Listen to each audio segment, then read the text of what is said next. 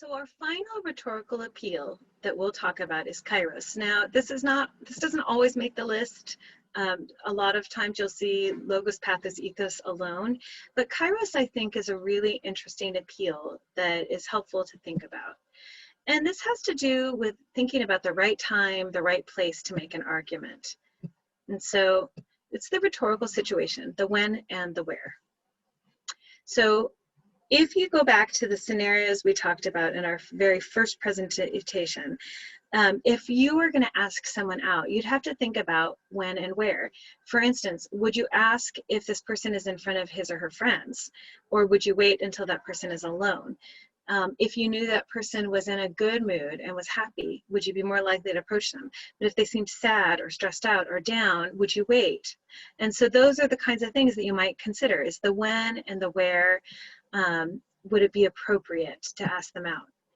And then if you're discussing a promotion with your boss, again, if your boss seems really, really focused and busy, that's probably not the time that you want to interrupt and say, hey, let's talk about a promotion, right?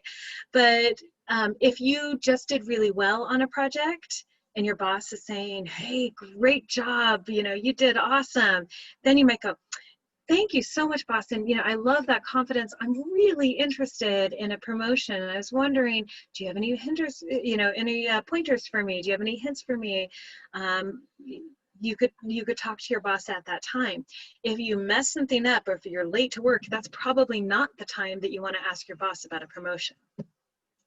So great arguments, no matter how good your evidence, no matter how great your appeal to emotion, how great your ethos, great arguments made at the wrong place and time fail, right? But great arguments, when you put them at the right place and right time, are more likely to be successful. So you really want to think about the situation and how to key into what's going on around. Now, Grit doesn't have tons of examples of talking about Kairos, but one that struck me as I was reading, and by the way, if you're going to find Kairos, a lot of times it's going to be the intro and the conclusion of the book or of an essay. But in chapter 6, one of the things I noticed is she talks about a 2014 Gallup poll, which is not too, she was writing the book really just a few years after this. They reported an overwhelming majority of people who were not engaged or even actively disengaged at work. And she called it this evidence of epidemic levels of indifference toward work. And so when I read this, I thought, aha, this is why her writing a chapter on how we should foster and develop, and we should discover and develop and deepen our interests, and how if we're really interested in work, we're going to be better employees, we're going to be better artists, better nurses, better teachers, better whatever. If we're really engaged with our work and we're actively engaged and interested, then we're going to be better at what we're doing. We're going to be more successful at what we're doing. And so by being aware that so many people don't experience this, she's really saying, hey, this is a time that we need to talk about interest and pursuing interest, because we'll be more successful if we are interested. And this is a problem right now that we need to solve. Okay. And so that's really it for our rhetorical appeals.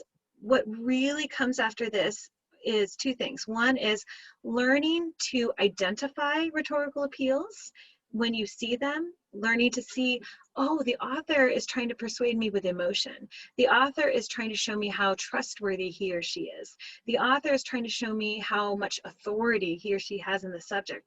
The author is trying to persuade me with the fact that this seems to be a really important moment to talk about this issue. And so I wanted to point that out so that we can think about that as you read, right? As you read, look for those things. But the other part of rhetorical appeals is really to think about, how can I use these myself in my own writing? How can I appeal to my reader in these different ways? And that's really a huge part of what English 1A is about.